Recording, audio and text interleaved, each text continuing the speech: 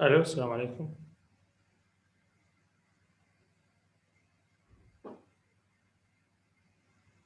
السلام عليكم، تسمعوني؟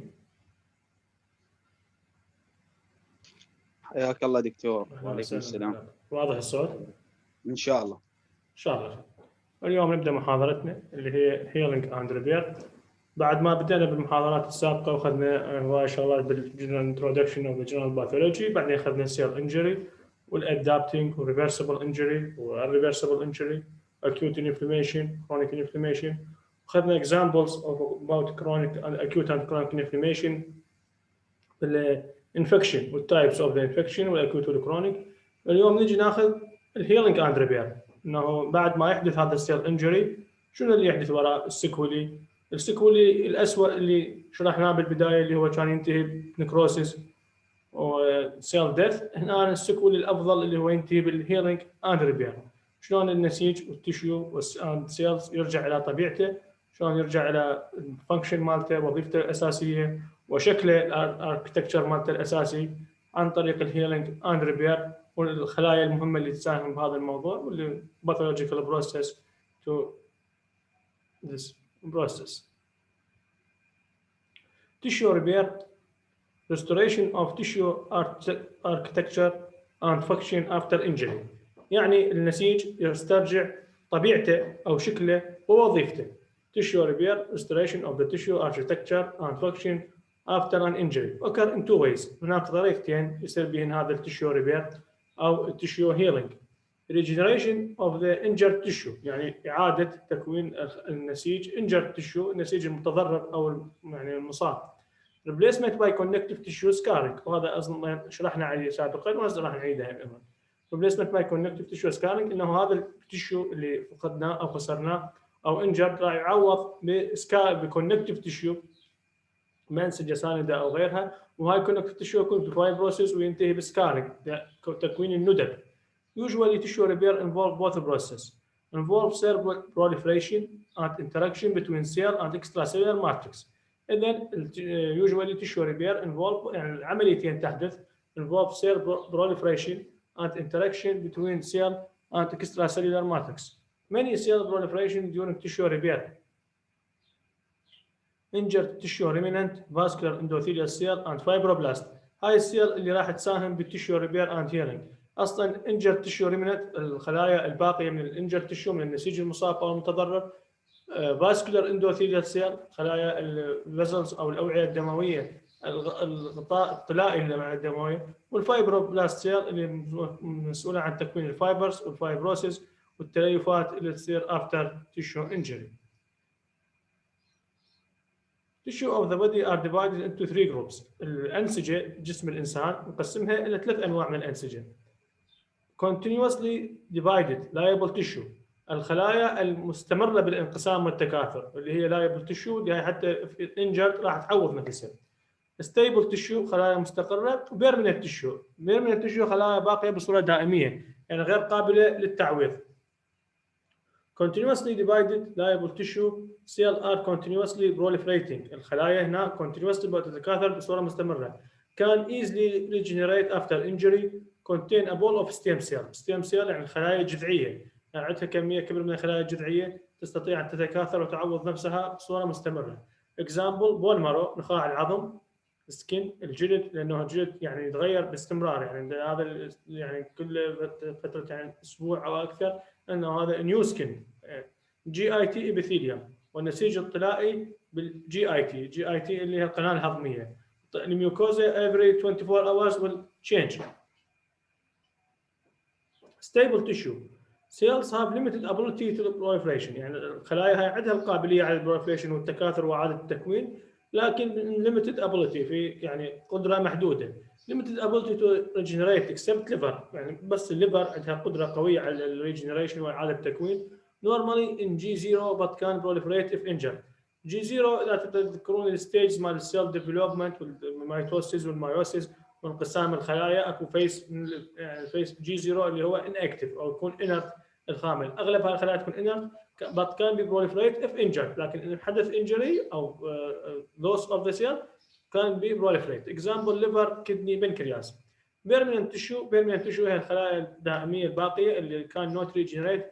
سيلز كان نوت بروليفريت، كان نوت ريجنريت. سو انجري always lead to the scar. غالبا الجروح اللي بيها او الدمج اللي يصير بيها والتشيو انجري اللي بيها راح ينتهي بالسكار. اكزامبل نيورونز الخلايا العصبيه، والكاردياك مصل. كاردياك مصل خلايا القلب.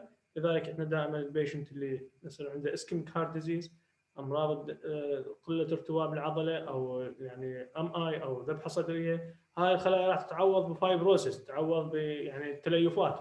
هاي التليفات ما راح تؤدي الوظيفه المطلوبه من خلايا يعني من عضله القلب بالتقلص والانبساط كونتراكشن اند ريلاكسيشن، ولذلك يضعف القلب ويصير عندنا شيء يعني سندروم الكبير الموضوع اللي هو هارت فيلر.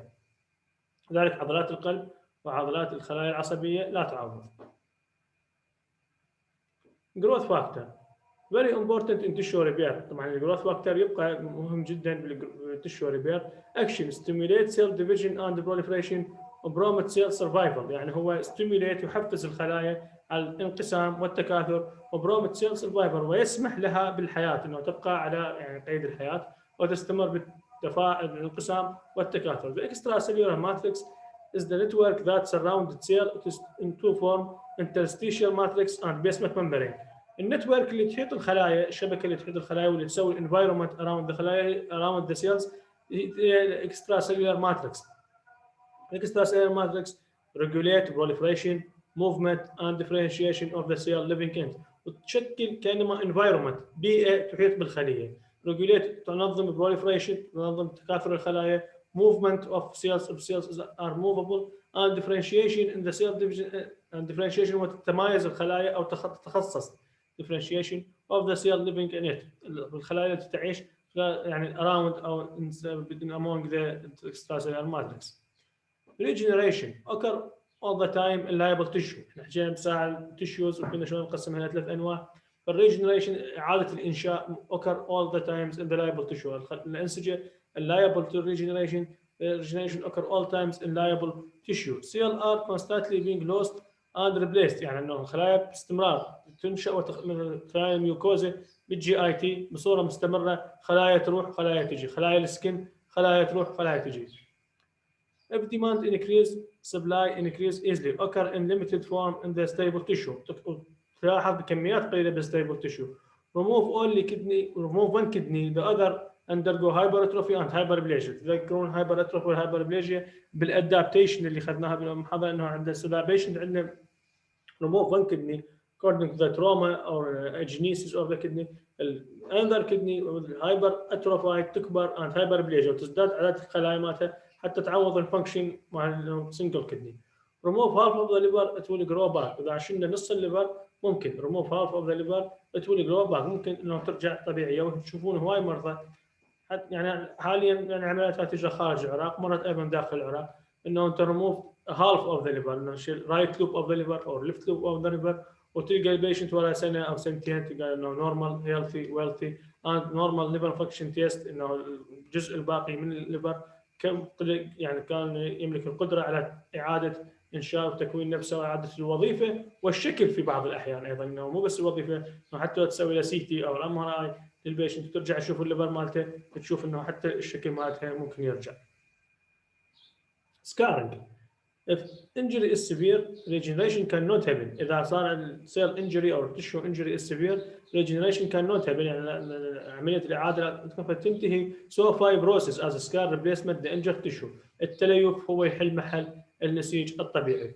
Four components of this process. هذا السكارينج أو fibrosis 4 خطوات تكون به. أول وحدة new vessel formation angiogenesis تكوين أوعية دموية جديدة.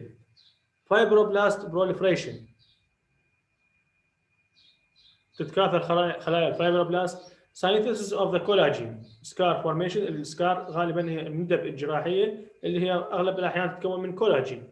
Remodeling of the scar. Remodeling of the scar إنه يعني شلون تحسين يعني السكار أو remodeling إرجاعه إلى حالته الطبيعية، ولذلك تشوفون أغلب عملياتنا الجراحية بالجرح يعني نوت بكم يعني لا يصبح مستقر او ياخذ استقراره الا بعد 1 year لما نكمل الريموديلنج ستيج. الريموديلنج ستيج انه 1 year تاخذ سنه كامله اي الجرح حتى يرجع الى طبيعته او يرجع ب 80% من قوته الاساسيه، ما يرجع قوته الاساسيه نفسها.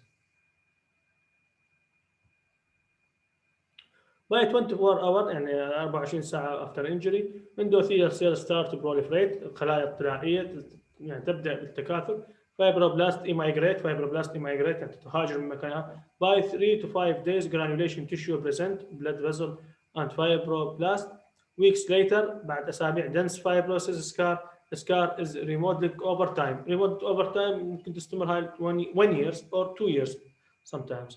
هسه نشوف هذا السلايد مال جرانيوليشن فورميشن، ذن الحمر اللي تشوفون بالنسبه هذا جرانيوليشن تكوين جرانيولوما. واذا شو اسمه تابعون بعد اكثر صور موجوده بالنت وايد عن الجرانيولوما وشلون النسيج يكون احمر يعني باللون يعني احمر دموي مالته، هذا جرانيوليشن تيشو. هنا نشوف بالسكار الثاني، السكار عمليه الفايبروسيس، تلاحظون هاي كميه ماده زرقاء متلونه باللون الازرق هو الفايبرس تيشو اللي يتكون نتيجه سكار فورميشن. wound healing. Example of the healing in air tissue is wound healing, most simple example. وراح يعني discussion briefly about wound healing. Healing is a complex and dynamic process of restoring cell structural and tissue layers. إذن الهيلينج مثل ما عرفنا من ساعة هو أنه نرجع لشكل الخلية ووظيفتها. Healing is a complex and dynamic process of restoring cellular structure and tissue layer. The adult wound healing process can be divided into 4 distinct phases. إذا صار عندنا wound جرح فهو الهيلينج مالته راح يكون بأربع مراحل. The hemostatic phase، الفيس الأول اللي هو hemostatic ويحافظ على يعني الجرح بالبداية يحافظ على كمية الدماء اللي يعني النزف إنه يتوقف النزف. الانفلاماتوري phase بعدين يكون الانفلاماتوري phase، وراها بروليفراتيف فيز ريموديلنج فيز. يعني الهيموستاتيك فيز في البدايه يحافظ على يتوقف النزيف، الهيموستاسيس يصير، الهيموستاسيس توقف النزيف. الانفلاماتوري فيز يعني الفيز الطور الالتهابي يعني. بعدين البروليفراتيف فيز الطور التكاثر، تشوفون هسه الجرح اول ما يبدي بالبدايه يعني يوقف الدم، بعدين يصير به مثل الالتهاب، بعدين يكبر بروليفراتيف فيز يعني الطور بروليفراتيف فيز التكاثر بروليفريشن. ريموديلنج فيس بعدين يرجع الى يعني اقرب حاله من حالته الطبيعيه اللي هو الريموديلنج فيس. Sequence of event in healing. Initial phase hemostasis. Following vasoconstriction تقلص الأوعية الدموية الصغيرة. Platelet adherent to the damaged endothelial and discharge adenosine diphosphate. احنا أول ما يصير جرح عندنا vasoconstriction، الأوعية الدموية الصغيرة تتقلص حتى تقلل كمية الدماء اللي blood يعني blood loss أو bleeding. Platelet adherent to the damaged endothelial and discharge adenosine phosphate. الصفائح الدمويه تاتي وتلتصق بالاندوثيليوم بالخلايا الطلائيه تحاول ديسشارج اي دي بي بروموتينج ثرومبوسايت كلامبنج which dams the wound. يعني هاي نتورك وتسد لنا الجرح. The inflammatory phase is initiated by the release of the numerous cytokine by the platelets. وهاي البليتلت الوظيفه الثانيه مالتها تفرز لنا numerous cytokines اللي هي ميديترز عوامل مؤثره بالجسم تخلي الانفلاماتوري سيل is initiated to release. Fibrinogen is cleaved into fibrin and framework for completion of the coagulation process is formed. الفايبرينوجين يعني الفايبرينوجين المسؤول عن formation of the fibrin، الفبرين المسؤول عن formation of the fibrous tissue. Second phase inflammation within first 6 to 8 hours من 6 إلى 8 hours molecular leukocyte cleansing the wound. الليكوسايت اللي هي المونوسايت كريات الدم البيضاء تبدي كلينسك تنظف الجرح. Clearing of its debris تنظف الجرح. Monocyte also oxidate from the vessel. These are termed macrophage. The macrophage continue the cleansing process and manufacture various growth factor during day 3 to 4. بعد ما الهيموستاسيس يصير من 6 إلى 8 ساعات تبدأ كريات الدم البيض اللي هي المونوسايت تنظف الجرح وتزيل الدبرس الباقية والشغلات اللي يعني unwanted to wound healing. وهاي العملية تستمر 3 to 4 days. Third phase granulation يعني تكوين الجرانيولوما أو الفايبروسيس. Such phase are fibroplasia, matrix deposition, angiogenesis and reepithelialization. لأن اللي حكيناها من الساعة 4. In days 5-7 fibroblasts have migrated into the wound, laying down new collagen for the subtype 1 to 3 types of the collagen. إذن باليوم الخامس إلى السابع fibroblasts have migrated into the wound, laying down new collagen of the subtype 1 to type 3 collagen. Angiogenesis, formation of the new vascular, require migration, mitosis and maturation of the endothelial cell. هاي العمليات اللي تستغرقها الاندوثيليال سيل حتى تكون لنا process of angiogenesis. Reepithelialization occur with the migration of the cell from the periphery of the wound. Division of the peripheral cell occur in the hours 48 to 72, resulting in the thin epithelial cell layer which brings the wound. Fourth phase, remodeling. هذا الستيج الأخير من wound healing اللي هو remodeling.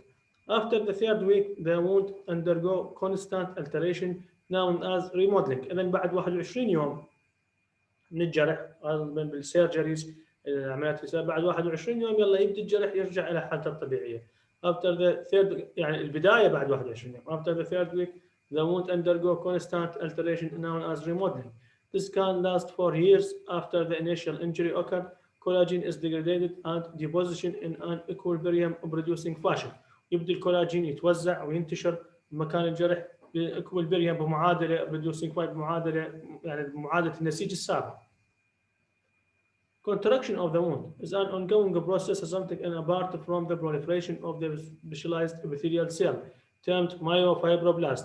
Myofibroblast يعني special type من الفايبروبلاست cell، نوع من الفايبروبلاست cell، وهي تؤدي إلى contraction. مايو يعني مصل which resemble contractile smooth muscle إنه تساعدنا خلايا تسوي contraction of the wound.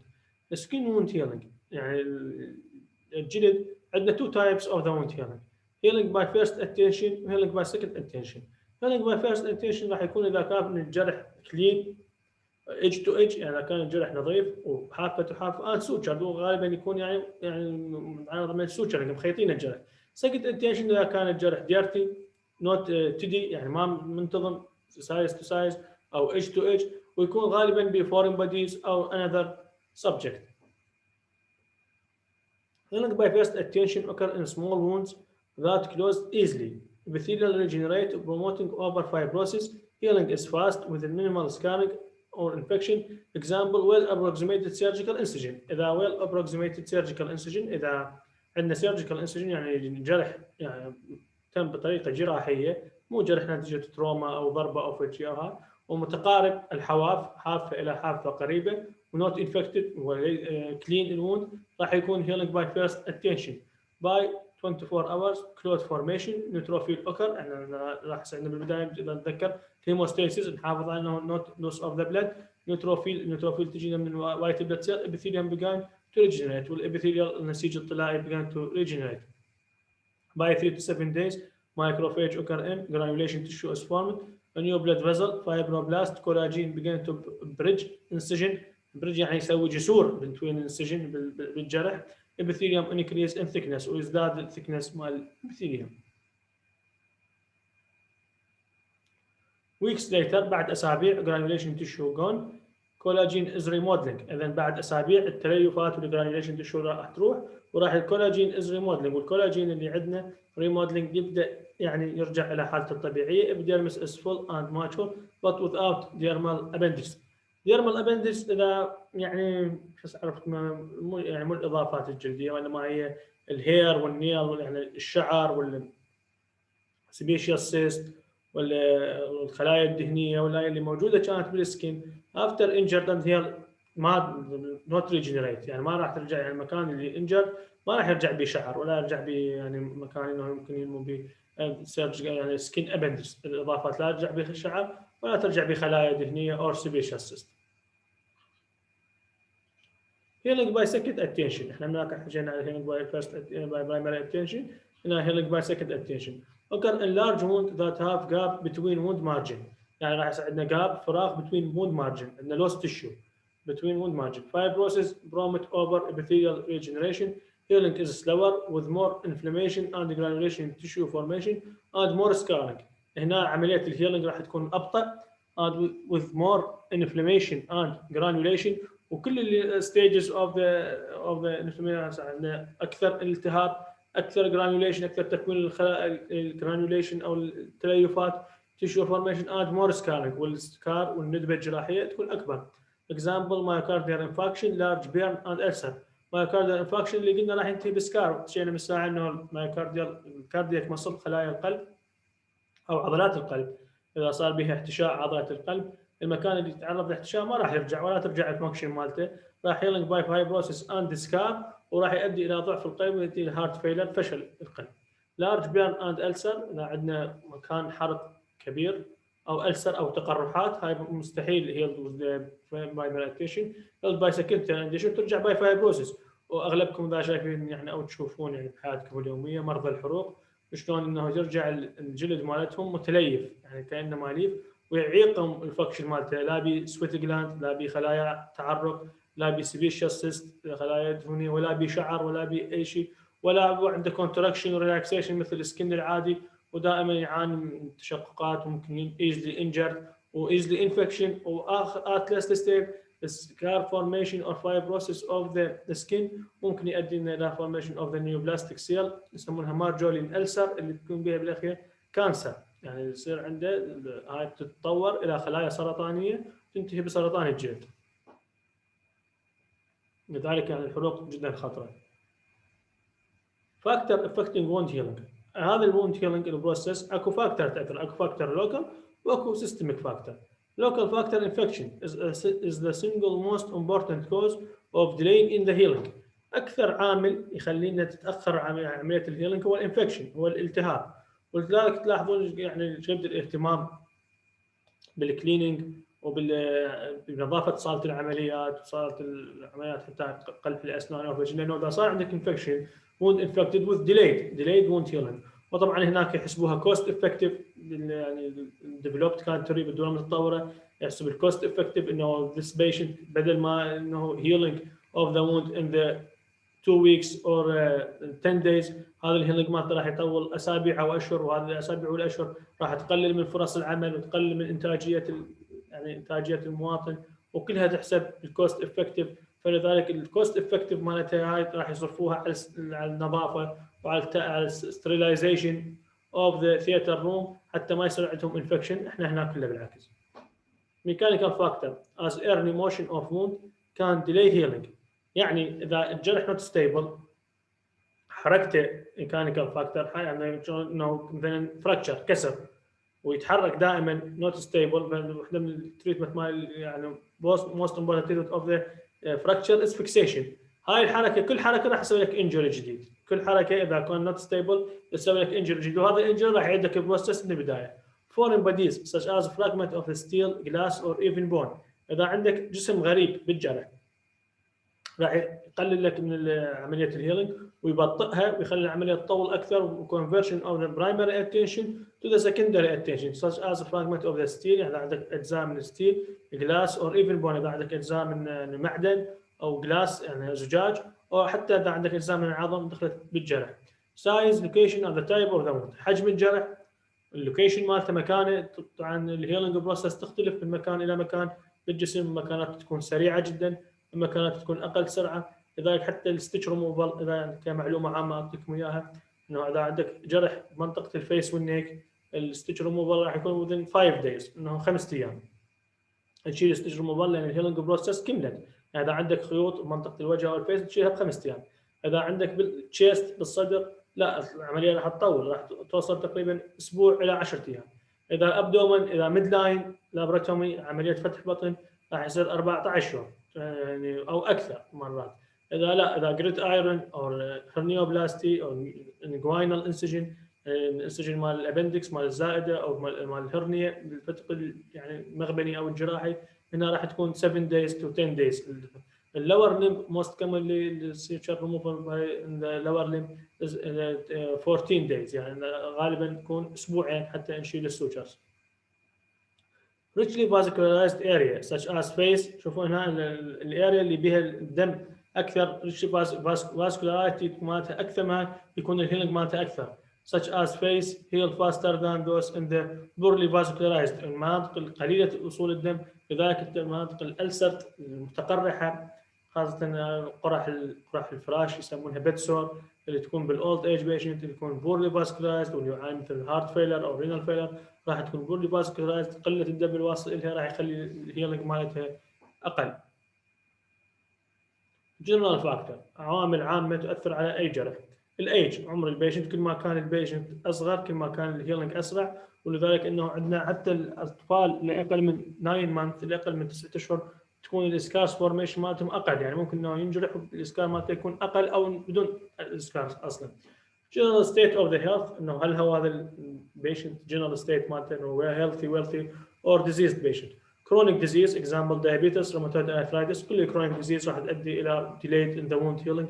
drug steroid and hormone steroid تؤدينا الى delayed wound healing وماني problem in the wound healing. general cardiovascular state اللي حكينا على الهارت فيلر واللي ياثر على الفاسكولاريتي. general dietary deficiency، اذا عنده مشكله غذائيه example protein. specific dietary deficiency، اذا دايته معين عنده نقص. او فيتامين سي، فيتامين سي have major role in the development and deposition of the collagen. اذا عنده مشكله بالفيتامين سي، اقل الفيتامين سي راح يقل الديبوزيشن of the collagen ويقل proliferation and remolding cell. sulfur containing amino acid، والامينو اسيدز ايضا الضروريه بالwound healing.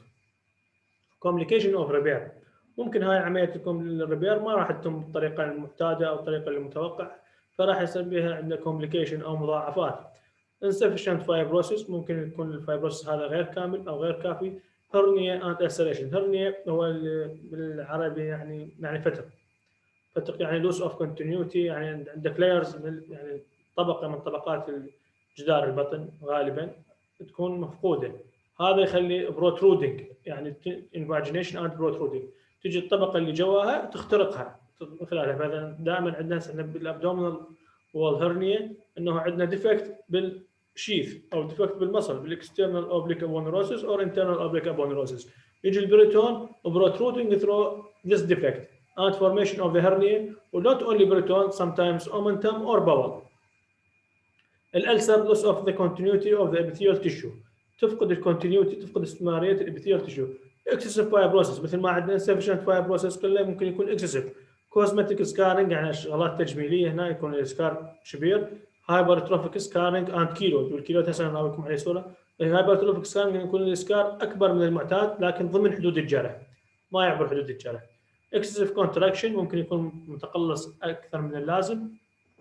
limitation of joint movement contracture، يقلل الحرق اذا عندنا جرح بالجوينت بالمفصل، مثل مفصل الركبه، مفصل الساعد، مفصل الريست، يكون كونتراكتشر وتصير بده التقلصات، تقلل من قابليته على الحركه وقابليته للاستخدام.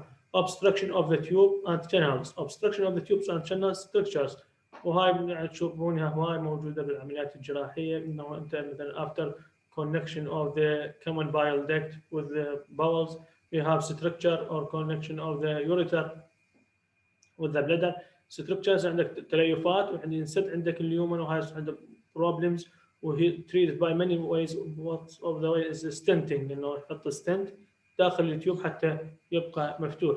limitation of the joint movement contracture obstruction of the tube and channel. تشوفون هاي الصوره مال الكيلويد، ناس يشوفوا اسكار هو كان المفروض صغير لكن هاي كيلويد، والكيلويد فد موضوع جدا كبير يعني تاخذوا بالجراحه ان شاء الله السنه الجايه نعطيكم اياه. the formation of the scar more than boundaries of the previous injury. هسه وصلنا الى نهايه محاضرتنا، اذا اي واحد منكم عنده سؤال اهلا وسهلا. الو سمعوني؟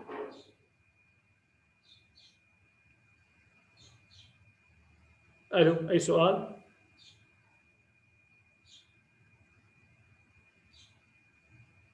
اي واحد يجاوب منكم؟